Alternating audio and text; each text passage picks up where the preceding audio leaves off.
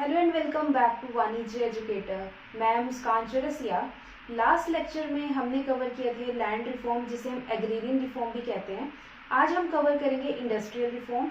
Industrial reform cover करने से पहले हम देखते हैं इंडस्ट्री का कॉन्ट्रीब्यूशन हमारी इकोनॉमी में क्या है, जिस रीज़न से इंडस्ट्रियल रिफॉर्म को लाया गया 1950 से 1990 के बीच। तो सबसे पहले हम इम्पोर्टेंस देखते हैं। सबसे पहली इम्पोर्टेंस है इंडस्ट्री की सोर्स ऑफ एम्प्लॉयमेंट। इंडस्ट्रीज में बहुत सारी एक्टिविटीज़ जो है वो मैन पावर के थ्रू परफॉर्म की जाती है, और बहुत सारी एक्टिविटीज़ हैं जो मशीनरी के थ्रू परफॉर्म की जाती है। मशीनरी को ऑपरेट करने के लिए और प्रोडक्शन को अरेंज करने के लिए हर जगह मैन पावर की रिक्वायरमेंट रहती है, और इकोनॉमी में सबसे ज़्यादा कॉन्ट्रीब्यूशन एम्प्लॉयमेंट का इंडस्ट्रीज़ का ही है। इंडस्ट्रीज में जितनी ज़्यादा एम्प्लॉयमेंट जनरेशन होती है उतनी ज़्यादा किसी और सेक्टर में नहीं होती। नेक्स्ट आता है हमारा point, source of mechanized means of farming. Farming में जितने भी मैकेनाइज्ड मीन्स यूज होते हैं, जैसे कि ट्रैक्टर, हार्वेस्टर, थ्रेशर, ये सारे इंडस्ट्रीज में ही बनाए जाते हैं, और इंडस्ट्रीज ही सप्लाई करती हैं इन मशीनरीज को एग्रीकल्चर सेक्टर में। नेक्स्ट पॉइंट आता है हमारा ग्रोथ इन इंफ्रास्ट्रक्चर। जहाँ पे भी इंडस्ट्रियल सेक्टर सेटअप होता है, इंडस्ट्रीज जहाँ पे भी होंगी वहाँ पे रोडवेज बहुत अच्छी होनी ज़रूरी है। रीज़न बिहाइंड हैवी व्हीकल्स का आना जाना रहता है। हैवी व्हीकल्स आएंगे तो रोडवेज भी अच्छी होंगी, आसपास का एरिया भी डेवलप होगा, जिससे इंफ्रास्ट्रक्चर में ग्रोथ आती है। नेक्स्ट पॉइंट आता है ग्रोथ इन जीडीपी। जीडीपी में सबसे ज़्यादा जीडीपी होता है ग्रॉस डोमेस्टिक प्रोडक्शन, और प्रोडक्शन में सबसे ज़्यादा योगदान है हमारा इंडस्ट्रीज़ का। इंडस्ट्रीज जितनी ज़्यादा प्रोडक्शन करेगी, हमारी जीडीपी उतनी ही राइज करेगी और उतनी ही ज़्यादा ग्रो करेगी। नेक्स्ट पॉइंट आता है हमारा civilized economy. Civilized means development related to education sector and culture, यानी कि इंडस्ट्रियल सेक्टर, इंडस्ट्रियलाइजेशन होने से जितनी भी प्रोडक्शन होती है, जितनी भी नए नए प्रोडक्ट्स मार्केट में आते हैं, उससे हमारी इकोनॉमी भी डेवलप होती है, हमारे कल्चर में भी एक बूस्ट आता है। साथ ही साथ हम जब इंडस्ट्री सेटअप करते हैं तो उसके लिए हमारे को कुछ एजुकेशन की भी रिक्वायरमेंट रहती है, जिससे कि हमारी इकोनॉमी सिविलाइज्ड इकोनॉमी बन जाती है। तो इट मीन्स कि इंडस्ट्रियल सेक्टर जो है वो कहीं ना कहीं, अगर हमारे को इंडस्ट्रीज लगानी है, उसके लिए हमें एजुकेटेड होना भी ज़रूरी है, जिससे हमारी एजुकेशन सेक्टर में भी प्रमोशन होगी। साथ ही साथ हमारे कल्चर को या फिर हमारी सोसाइटी को ये बहुत सारे अलग अलग तरीके के प्रोडक्ट्स जो हैं प्रोवाइड करते हैं, जिससे कि हमारे स्टैंडर्ड ऑफ लिविंग भी बढ़ता है, साथ ही साथ हमारा कल्चर भी प्रमोट होता है। नेक्स्ट आता है based on agriculture sector. Industries जो हैं वो एग्रीकल्चर सेक्टर के ऊपर बेस्ड हैं, क्योंकि जितने भी एग्रीकल्चर सेक्टर से जितना भी प्रोडक्शन होता है वो डायरेक्टली हम लोग कंज्यूम नहीं कर सकते। उसको हम कंज्यूमेबल बनाने के लिए इंडस्ट्री सेक्टर का होना जरूरी है। लाइक शुगर केन है, हम डायरेक्टली शुगर केन को कंज्यूम नहीं कर सकते। शुगर केन से वो प्रोसेस में जाती है शुगर मिल में, तब शुगर बनती है, तब जाके हम लोग कंज्यूम करते हैं। तो इंडस्ट्रियल सेक्टर जो है वो एग्रीकल्चर सेक्टर के ऊपर बेस्ड है। And the last one and the most important point is epicentre of economic growth. Economic growth का एपिसेंटर इंडस्ट्रीज है। इंडस्ट्रीज जितनी ज़्यादा ग्रो करेगी, हमारी इकोनॉमी उतनी ज़्यादा ग्रो करेगी, और जितना भी डाउनफॉल हमारी इंडस्ट्रियल सेक्टर में आएगा वो सारा का सारा हमारे इकोनॉमिक ग्रोथ के ऊपर इफेक्ट लाएगा। तो ये कुछ इंपॉर्टेंस थी इंडस्ट्रीज की। नेक्स्ट टॉपिक पे हम चलते हैं, public and private sector in Indian industrial development. Industrial development में क्या योगदान रहा है हमारा प्राइवेट सेक्टर का और पब्लिक सेक्टर का 1950 से 1990 के बीच में। सबसे पहला पॉइंट आता है हमारा lack of capital. After independence के बाद हमारी इकोनॉमी में कैपिटल की रिक्वायरमेंट बहुत ज़्यादा थी, बट कैपिटल बहुत कम थी, और प्राइवेट सेक्टर के पास इतनी कैपिटल नहीं थी कि वो इन्वेस्ट करे और इकोनॉमी में इंडस्ट्रीज और लेके आ सकें। At the time of independence, only Tata and Birla was the only established industrial house in India. Independence के टाइम सिर्फ और सिर्फ टाटा और बिरला दो ऐसी कंपनीज थी या दो ऐसे इंडस्ट्रियल हाउस थे जो हमारी इकोनॉमी में एग्जिस्ट कर रहे थे। लेकिन हमारी इकोनॉमी को और भी बहुत सारे इंडस्ट्रियल हाउसेस की रिक्वायरमेंट थी। प्राइवेट सेक्टर के पास इतना पैसा नहीं था कि वो इंडस्ट्रियल सेक्टर में उतर सके। At that time public sector undertaking यानी कि गवर्नमेंट सेक्टर आया और उन्होंने इन्वेस्ट किया, जिससे कि हमारी इंडस्ट्रियल ग्रोथ में एक पुश मिला था। नेक्स्ट पॉइंट आता है low inducement to invest. Low inducement to invest का मतलब क्या है कि प्राइवेट सेक्टर जो था वो एक विशियस सर्कल में फंसा हुआ था। उसका रीजन क्या था, क्योंकि प्राइवेट सेक्टर के पास पैसा था ही नहीं। वो पैसा था ही नहीं तो वो कैसे इन्वेस्ट करते, उनकी इनकम बहुत कम थी, इनकम की वजह से वो डिमांड भी कम कर रहे थे, डिमांड कम करने की वजह से इंड्यूसमेंट टू इन्वेस्ट भी क्या था, कम था, और इन्वेस्टमेंट भी कम थी।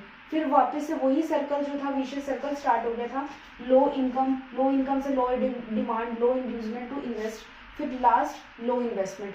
तो ये जो प्राइवेट सेक्टर का विशियस सर्कल था उसको ब्रेक करने के लिए पब्लिक सेक्टर का आना जरूरी था।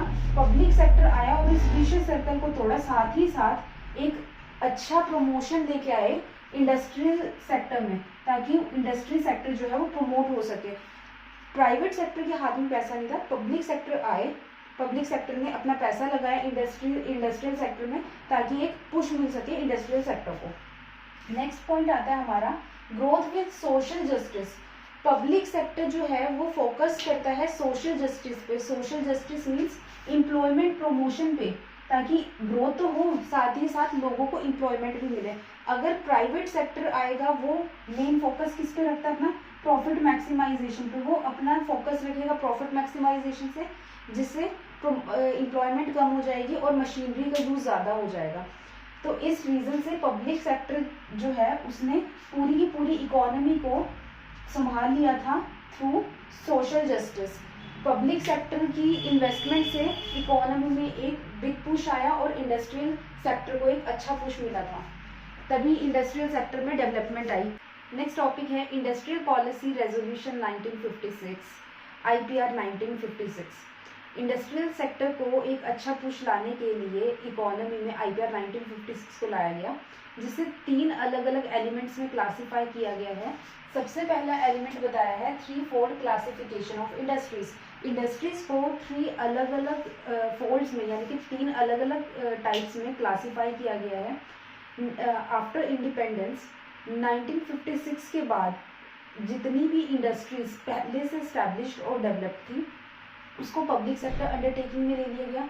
कोई भी न्यू पर्सन जो इंडस्ट्रीज खोलना चाहता था उसे पब्लिक सेक्टर या प्राइवेट सेक्टर में चॉइस थी कि वो पब्लिक सेक्टर में अपनी इंडस्ट्री खोले, प्राइवेट सेक्टर में अपनी इंडस्ट्री खोले। बट गवर्नमेंट का रोल क्या था कि प्राइमरी मीन्स जितना भी रोल प्ले करेगी वो पब्लिक सेक्टर करेगी, मतलब वो इंडस्ट्री तो खोले बट वो पब्लिक सेक्टर अंडरटेकिंग में आएगी।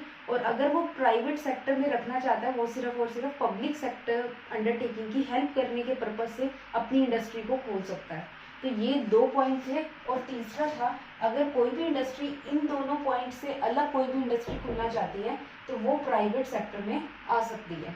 मतलब कि प्राइवेट सेक्टर में अगर वो कंडीशंस को फुलफिल नहीं कर रही है तो कोई तीसरी जो भी इंडस्ट्री खुलेगी वो प्राइवेट सेक्टर इंडस्ट्री कहलाएगी।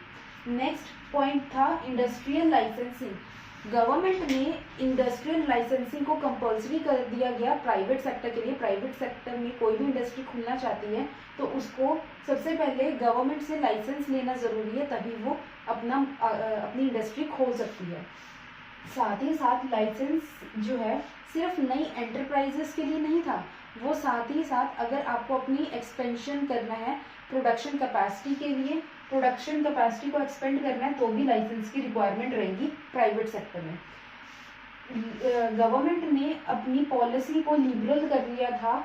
बैकवर्ड एरिया में कोई भी पर्सन अपनी इंडस्ट्री खोलेगा तो उसके लिए लाइसेंसिंग पॉलिसी लिबरल थी as compared to developed area में अगर वो अपनी इंडस्ट्री खोलता है, ताकि हमारी इकोनॉमी में एक रीजनल इक्वालिटी बनी रहे। ये नहीं कि जो हमारा अंडर डेवलप्ड एरिया है वहाँ पे एम्प्लॉयमेंट जनरेशन हो ही ना, और जो डेवलप्ड एरिया है वहाँ पे बहुत सारी एम्प्लॉयमेंट जनरेशन हो जाए। तो एक रीजनल इक्वालिटी के लिए गवर्नमेंट ने अपनी पॉलिसी को लिबरल और स्ट्रिक्ट कर रखा था। बट ओवरऑल देखा जाए प्राइवेट सेक्टर में कोई भी इंडस्ट्री खुलेगी तो बिना लाइसेंस के इंडस्ट्री नहीं खुल सकती थी। नेक्स्ट है इंडस्ट्रियल कंसेशन। गवर्नमेंट जो थी वो टैक्सेस में कुछ कंसेशन कर दिया करती थी उन इंडस्ट्रीज के लिए जो बैकवर्ड रीजन में खुले हुए थे। जैसे कि सबसे पहला पॉइंट है टैक्स हॉलिडे। टैक्स हॉलिडे का मतलब क्या होता है, आपकी टैक्स की डेट आ गई है, कुछ टाइम के लिए अगर आप टैक्स नहीं भी पे करते हो तो भी चलेगा, ये होती है हमारी टैक्स हॉलिडे, आप कुछ टाइम के बाद अपना टैक्स पे कर सकते हो। नेक्स्ट आता है subsidised power supply. Power supply में सब्सिडीज प्रोवाइड करती थी ताकि हमारे जो बैकवर्ड एरिया है वो प्रमोट हो सके और वहाँ पे ज़्यादा से ज़्यादा इंडस्ट्रीज खुल सके। नेक्स्ट टॉपिक है development of small scale industries. Industrial sector को पुश करने के लिए स्मॉल स्केल इंडस्ट्रीज को लाया गया था। हमारी इंडस्ट्रीज दो तरीके की होती है, एक होती है लार्ज स्केल इंडस्ट्री, दूसरी होती है हमारी small scale industry. Large scale industry हमारे कंट्री की या किसी भी इकोनॉमी के इंफ्रास्ट्रक्चर को प्रमोट करती है, और जो स्मॉल स्केल इंडस्ट्रीज है वो मेनली रीजनल डेवलपमेंट साथ ही साथ एम्प्लॉयमेंट अपॉर्चुनिटी को प्रमोट करने के लिए बनाई जाती है। तो सबसे पहले हम देखते हैं कि स्मॉल स्केल इंडस्ट्री की डेफिनेशन क्या है, किस वे में डिफाइन किया गया है। जैसे कि बताया, small scale industry presently define fixed investment not more than 10 crore rupees. जिस भी इंडस्ट्री की फिक्स्ड इन्वेस्टमेंट 10 करोड़ से कम है वो हमारी स्मॉल स्केल इंडस्ट्री में आएगी। साथ ही साथ एनुअल टर्नओवर 50 करोड़ रुपीस से ज़्यादा नहीं होनी चाहिए, तभी वो हमारी स्मॉल स्केल इंडस्ट्री में आएगी। फिक्स्ड इन्वेस्टमेंट, जितनी इन्वेस्टमेंट लगाई है वो 10 करोड़ से ज़्यादा नहीं होनी चाहिए, और एक साल की टर्नओवर 50 करोड़ को क्रॉस नहीं करी होनी चाहिए। बट जब बिगिनिंग में 1951 में फर्स्ट 5 ईयर प्लान आया था, उस टाइम पे हमारी जो इन्वेस्टमेंट थी वो 5 लाख रुपीज़ से ज़्यादा नहीं होनी चाहिए थी। वही इंडस्ट्रीज स्मॉल स्केल इंडस्ट्री में आती थी। स्मॉल स्केल इंडस्ट्रीज जो हैं जितना भी रोल प्ले कर रही हैं, उन सब के रोल को चेक करने के लिए या फिर उन सब पे कंट्रोल करने के लिए कार्बी कमेटी है। कार्बी कमेटी जो है वो सारी की सारी स्मॉल स्केल इंडस्ट्रीज के ऊपर अपना कंट्रोल रखती है। नेक्स्ट हम चलते हैं 3 प्रिंसिपल कैरेक्टरिस्टिक्स जो स्मॉल स्केल इंडस्ट्रीज की हैं। सबसे पहला आता है हमारा, small scale industry is labour intensive and employment friendly. हमारी 2 टेक्निक होती है किसी भी काम को करने की, एक होती है लेबर इंटेंसिव टेक्निक, दूसरी होती है capital intensive technique. Large scale industries capital intensive technique का यूज़ करती है, मतलब कि ज़्यादा से ज़्यादा मशीनरी बेस्ड प्रोडक्शन करती है, मतलब मशीनरी से ज़्यादा प्रोडक्शन करती है। और जितनी भी स्मॉल स्केल इंडस्ट्रीज हैं वो लेबर इंटेंसिव टेक्निक यानी कि वो मैन पावर के साथ डील करके अपने प्रोडक्शन को करती है। प्रोडक्शन जितनी भी आ रही है वो सारी की सारी लेबर के थ्रू आ रही है। तो लेबर इंटेंसिव टेक्निक के थ्रू हमारी जो एम्प्लॉयमेंट है वो ज़्यादा जनरेट होती है as compared to capital intensive technique. और स्मॉल स्केल इंडस्ट्रीज जो है वो इकोनॉमी में ज़्यादा से ज़्यादा एम्प्लॉयमेंट को प्रमोट करती है। तो फर्स्ट फंक्शन है हमारा, small scale industry is labour intensive as well as employment friendly. Employment friendly देखा जाए तो स्मॉल स्केल इंडस्ट्री है, बट एम्प्लॉयमेंट फ्रेंडली हमारी लार्ज स्केल इंडस्ट्रीज नहीं है, क्योंकि वो ज़्यादा से ज़्यादा कैपिटल इंटेंसिव टेक्निक को यूज़ करती है और ज़्यादा से ज़्यादा प्रोडक्टिविटी को लेके आती है। नेक्स्ट पॉइंट आता है, small scale industry show locational flexibility and therefore equality oriented. अब जो हमारी स्मॉल स्केल इंडस्ट्रीज है ना, उसको इस ऐसी जगह पे सेटअप किया जाता है जहाँ से उनको रॉ मटेरियल इजीली मिल सके। कोई भी लार्ज स्केल इंडस्ट्रीज भी है वो भी ऐसी जगह पे अपनी इंडस्ट्री को सेटअप करती है जहाँ से उनको रॉ मटेरियल जो है वो इजीली अवेलेबल हो सके। तो यही पॉइंट इन्होंने बताया, small scale industry show locational flexibility. Locational flexibility का मतलब क्या, जहाँ से उनको रॉ मटेरियल मिल रहा है वहीं की आसपास के एरिया में अपनी इंडस्ट्री को सेटअप करें, ताकि इक्वालिटी जो है वो बनी रहे। इक्वालिटी कैसे बनी रहे कि जहाँ से हमारी प्रोडक्शन निकल के आ रही है वहीं से प्रोसेस होकर हमारा प्रोडक्ट बन के तैयार हो रहा है। नेक्स्ट पॉइंट आता है, small scale industry need small investment. अब देखा जाए तो लार्ज स्केल इंडस्ट्री खोलने के लिए बहुत सारी ह्यूज इन्वेस्टमेंट की जरूरत होती है, बट जो हमारी स्मॉल स्केल इंडस्ट्री है वो स्मॉल इन्वेस्टमेंट के साथ स्टार्ट की जा सकती है। और स्मॉल स्केल इंडस्ट्री का मेन फोकस होता है एम्प्लॉयमेंट को प्रमोट करना और इकोनॉमी में ज़्यादा से ज़्यादा प्रोडक्शन को लेके आना। और साथ ही साथ स्मॉल स्केल इंडस्ट्री जो है वो हेल्प करती है लार्ज स्केल इंडस्ट्री की, क्योंकि लार्ज स्केल इंडस्ट्रीज को छोटी छोटी इंडस्ट्रीज से बहुत सारे प्रोडक्ट्स जो हैं वो मिलते हैं, जिसको वो कंबाइन करके लार्ज स्केल इंडस्ट्री एक लार्ज प्रोडक्ट को बनाती है। लाइक अगर हम बात करें large scale industry like steel plants हैं, तो वो जो स्टील प्लांट्स हैं या फिर कोई आयरन का काम कर रहे हैं, जितनी भी बड़ी बड़ी इंडस्ट्रीज हैं वो ज़्यादातर अपना रॉ मटेरियल उठाती है स्मॉल स्केल इंडस्ट्री से। ये हमारा टॉपिक था, आप इसका स्क्रीनशॉट ले सकते हैं। नोट्स के लिए। अगर आपको लेक्चर अच्छा लगा हो तो लाइक शेयर एंड कमेंट ज़रूर करना। And thank you.